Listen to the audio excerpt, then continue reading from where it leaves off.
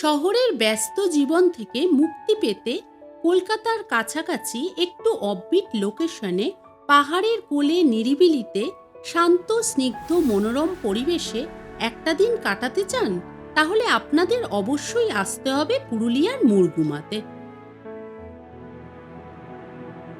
এই মুরগুমাতে অবস্থিত মুরগুমা ইকো হাট, যার প্রাকৃতিক সৌন্দর্য আপনাদের মন্ত্রমুগ্ধ করে তুলবে।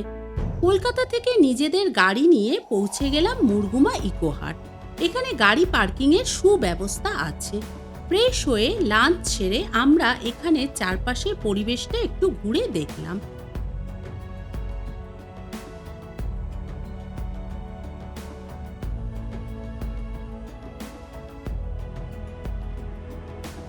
এখানে টেন্টে থাকারও ব্যবস্থা আছে।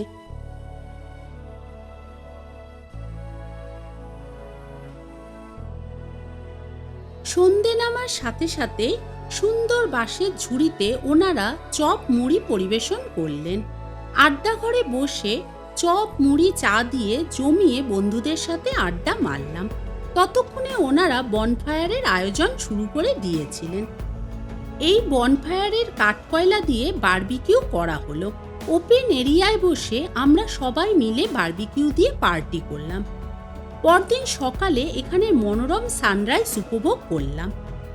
এরপর আমরা মুরগুমা ড্যাম ও সুইসাইড পয়েন্ট দেখার উদ্দেশ্যে বেরোলাম। মুরগুমা ড্যামে কিছুক্ষণ সময় কাটিয়ে আমরা সুইসাইড পয়েন্টে পৌঁছালাম। সুইসাইড পয়েন্ট দেখে ফেরার পথে পলাশ ফুলের মালা পরে আমরা সবাই মিলে ফটোশ্যুট করলাম। রিসর্টে ফিরে ব্রেকফাস্ট সেরে মুরগুমা ইকো হাটকে বিদায় জানিয়ে আমরা রওনা দিলাম মার্বেল লেক দেখার উদ্দেশ্যে। মার্বেল লেকের চারপাশে পাথরের খাঁজ ও নীল জলরাশির জন্য কিছুটা আমেরিকার গ্র্যান্ড ক্যানিয়নের মতো লাগে। তারপর ওখান থেকে বামনি ফলস পৌঁছালাম। বামনি ফলস দেখতে গেলে অনেকটা সিঁড়ি আপনাকে নিচে নামতে হবে। এরপর আমরা লাঞ্চ সেরে মুখোশগ্রাম পৌঁছালাম। এই গ্রামটার আসল নাম চরিদা। এই গ্রামের বেশিরভাগ লোকেরাই মুখোশ নির্মাণের কাজের সঙ্গে যুক্ত, তাই এই গ্রামটা মুখোশগ্রাম নামে পরিচিত। এই গ্রামটা একটু ঘুরে আমরা বাড়ির দিকে রওনা দিলাম। যদি আমাদের এই ফুল ব্লগটা দেখতে চান, তাহলে নিচে দেওয়া লিঙ্কে গিয়ে দেখতে পারেন। ধন্যবাদ।